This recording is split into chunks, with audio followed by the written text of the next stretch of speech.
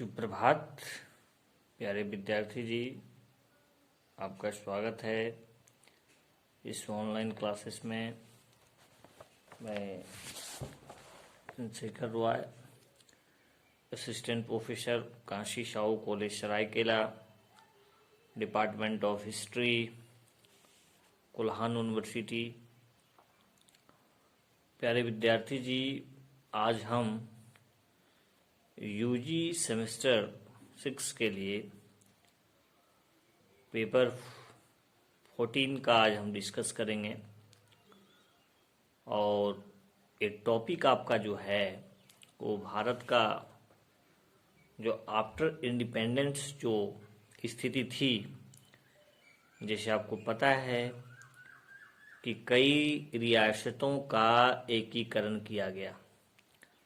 आज अब जिस स्ट्रक्चर को देख रहे हैं वो वाकई वैसा पहले नहीं था।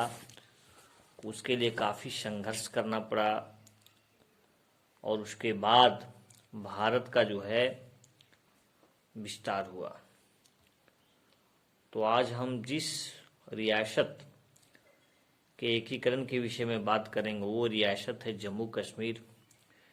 प्यारे विद्यार्थी जी, ये बहुत ही करेंट मुद्दा है। हाल ही में भारतीय संसद के द्वारा धारा 370 को हटाने का प्रावधान किया गया और जम्मू कश्मीर से 370 को हटा दिया गया। तो आज हम लोग देखेंगे कि वो क्या था, कैसे एकीकरण हुआ, क्या क्या प्रोसेस हुए।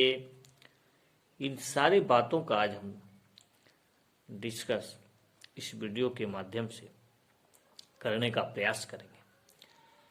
तो देखते हैं, आपको पता है कि भारत के एकीकरण में भारत के जो गृह मंत्री थे सरदार वल्लभ भाई पटेल जी, उनकी काफ़ी योगदान है। वो एक तरह से भारत के बिस्मार्क कहे जाते हैं, क्योंकि जिस प्रकार से बिस्मार्क जर्मनी के एकीकरण और जर्मनी का काफ़ी विस्तार किया, उसी प्रकार से बिस्मार्क के जैसा ही सरदार वल्लभ भाई पटेल का काफ़ी योगदान है, खासकर देशी रियासतों के एकीकरण में। तो हम लोग शुरू देखते हैं जम्मू कश्मीर की क्या सिचुएशन थी और किस प्रकार से यह एकीकरण संभव हुआ। तो 1947 से पहले कश्मीर में राजशाही थी, यानी राजा का शासन था। इसके हिंदू शासक हरि सिंह भारत में शामिल नहीं होना चाहते थे। यानी यहाँ के जो हिंदू शासक हरि सिंह थे वो भारत में शामिल होना नहीं चाहते थे। उन्होंने अपने स्वतंत्र राज्य के लिए भारत और पाकिस्तान के समझौता करने की कोशिश की। यानी वो चाहते थे कि हम स्वतंत्र रहें, हमारा पर किसी का कोई अधिपत्य ना हो। पाकिस्तानी नेता सोचते थे कि कश्मीर पाकिस्तान से संबंध है। कश्मीरी नेता सोचते थे कि जो है कश्मीर है वो पाकिस्तान से संबंध है, क्योंकि राज्य की ज़्यादातर आबादी मुस्लिम है। तो स्वाभाविक है वो अपने आप में इमेजिन करते थे। यहाँ के लोग स्थिति को अलग नज़रिए से देखते थे। वे अपने को कश्मीरी सबसे पहले और बाकी कुछ बाद में मानते। माने यहाँ के लोग सबसे पहले अपने आप को कश्मीरी मानते थे, बाकी दूसरा चीज़ बाद में। वे अपने को कश्मीरी सबसे पहले और बाकी कुछ बाद। राज्य में नेशनल कॉन्फ्रेंस के शेख अब्दुल्ला के नेतृत्व में, ध्यान दीजिएगा, this is very very big event, कि कौन कौन से वहाँ संगठन था, कौन कौन से उस परिस्थिति में दल थे। तो मैं आपको बता रहा हूँ कि राज्य में नेशनल कॉन्फ्रेंस के शेख अब्दुल्ला के नेतृत्व में जन आंदोलन चला। क्या चला? जन आंदोलन चला। शेख अब्दुल्ला चाहते थे कि महाराजा पद छोड़े, माने महाराज जो है सो पद छोड़े, परंतु वे इसके पाकिस्तान में शामिल होने के खिलाफ थे। यानी अब्दुल्ला जो है, शेख अब्दुल्ला चाहते थे कि हरी सिंह जो हैं वो आपके पद छोड़ दे, लेकिन वो ये नहीं चाहते थे कि ये जो है पाकिस्तान में चले जाए। नेशनल कॉन्फ्रेंस एक धर्मनिरपेक्ष संगठन था। नेशनल जो कॉन्फ्रेंस था ना, वो धर्मनिरपेक्ष संगठन था, ठीक है।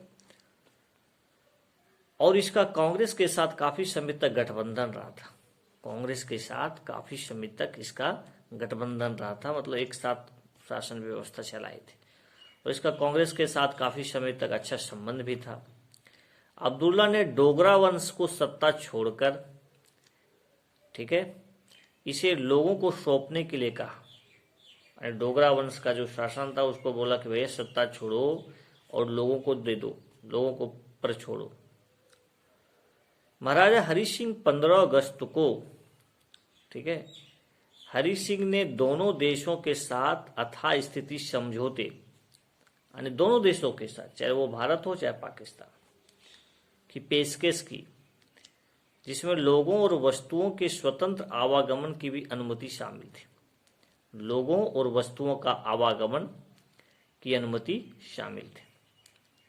पाकिस्तान ने इस समझौते पर हस्ताक्षर कर दिया, लेकिन भारत इस समझौते पर हस्ताक्षर नहीं किया, ठीक है, और प्रतीक्षा करना उचित समझा।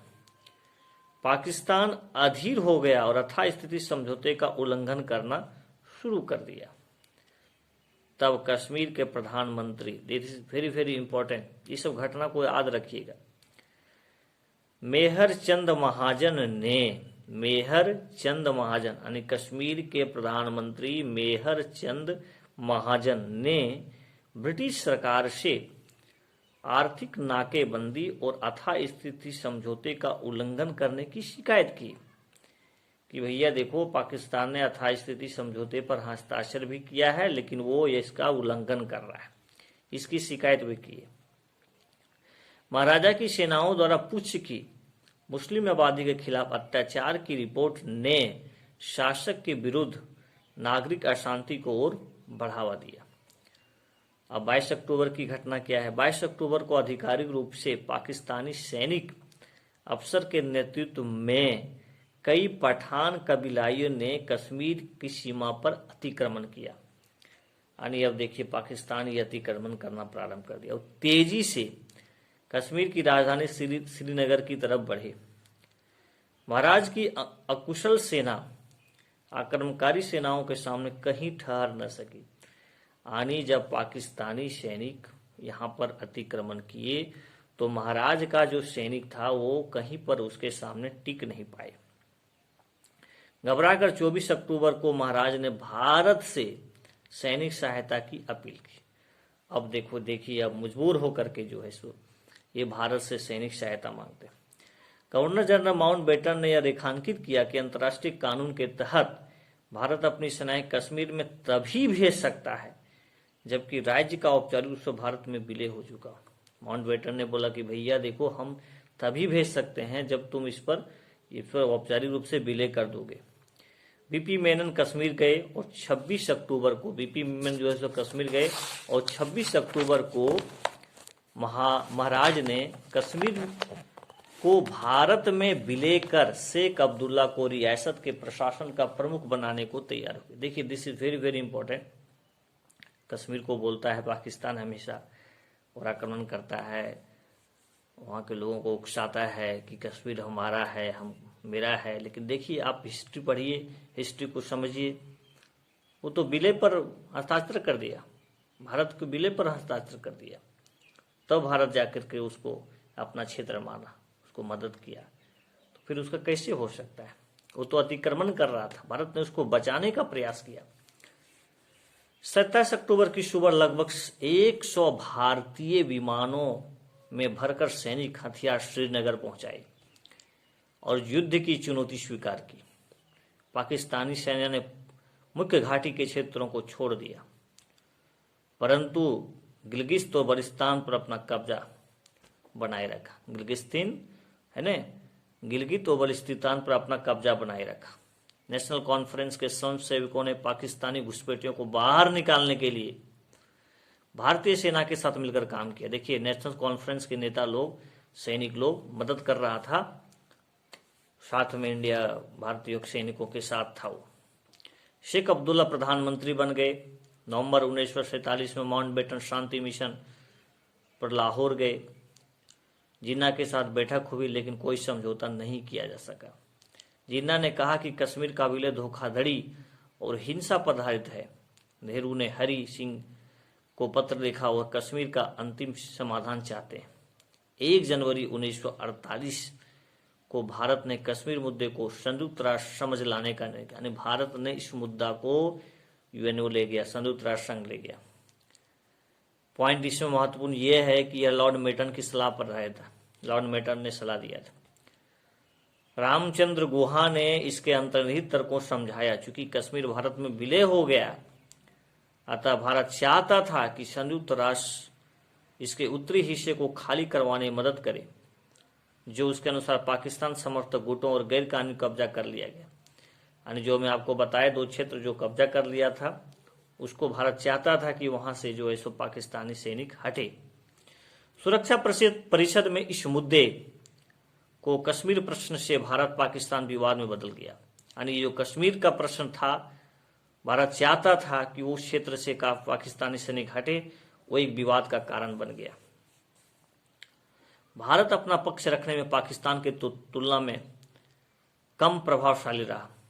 ठीक है, यानी अपना पक्ष रखने में भारत कम प्रभावशाली रहा।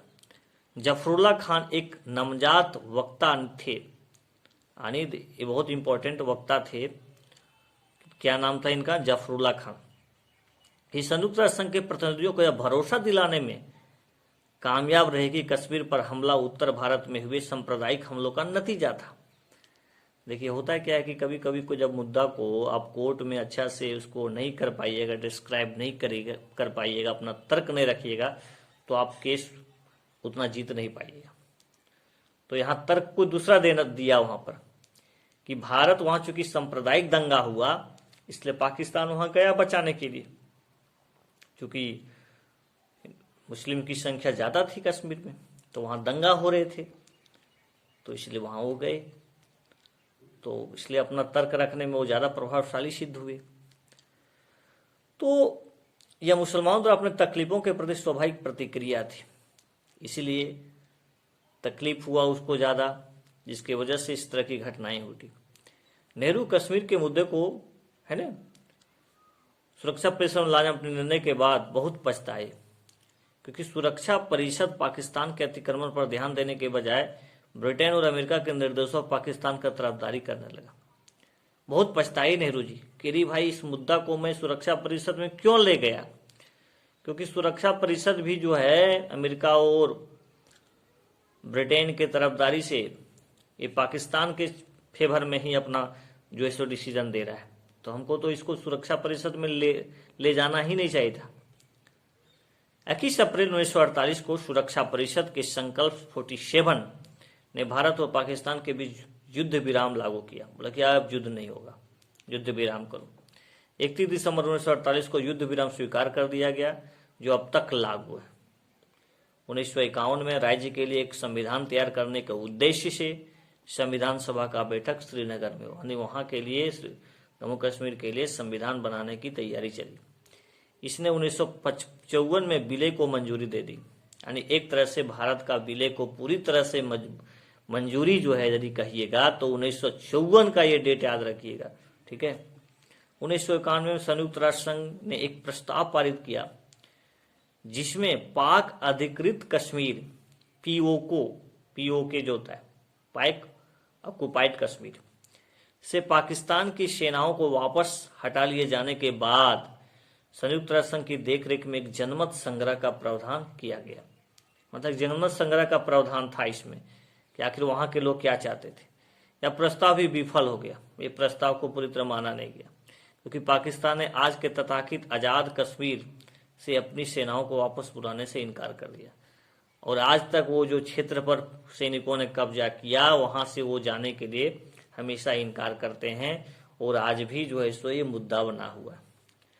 तो प्यारे विद्यार्थी जी, आज आपको बहुत संक्षिप्त ढंग में हम कश्मीर के विलय के बारे में चर्चा किए कि कश्मीर का कैसा स्थिति था, कैसे इसका विलय हुआ, कहाँ कुछ फॉल्ट मिलते हैं, कहाँ वो कारण मौजूद हैं जिसके वजह से आज भी ये मुद्दा प्रासंगिक है और इसका पूरी तरह से हल नहीं हो पाया, क्योंकि वो पीओ आज भी है। आज भी वो अपने आप को बोलते हैं पाकिस्तान के मेरा क्षेत्र है, लेकिन वहाँ के लोग तो स्वतंत्रता चाह रहे हैं। तो इसको समझने के लिए हिस्ट्री को, चाहे कोई भी मुद्दा को, जो करंट में जो इशू है उसको समझने के लिए उसका जो हिस्टोरिकल बैकग्राउंड है उसको समझना अति आवश्यक है। तो आज आपको मैं बताने का प्रयास किया कि भारत उसको जबरदस्ती विलय नहीं करवाया, बल्कि वो पाकिस्तानी सैनिक आक्रमण किए, वहाँ का राजा ने सुरक्षा के लिए, सहायता के लिए भारत में विलय पत्र पर उसने हस्ताक्षर किया और उसका विलय हुआ। तो आज के लिए बस इतना। आप सभी को बहुत बहुत धन्यवाद।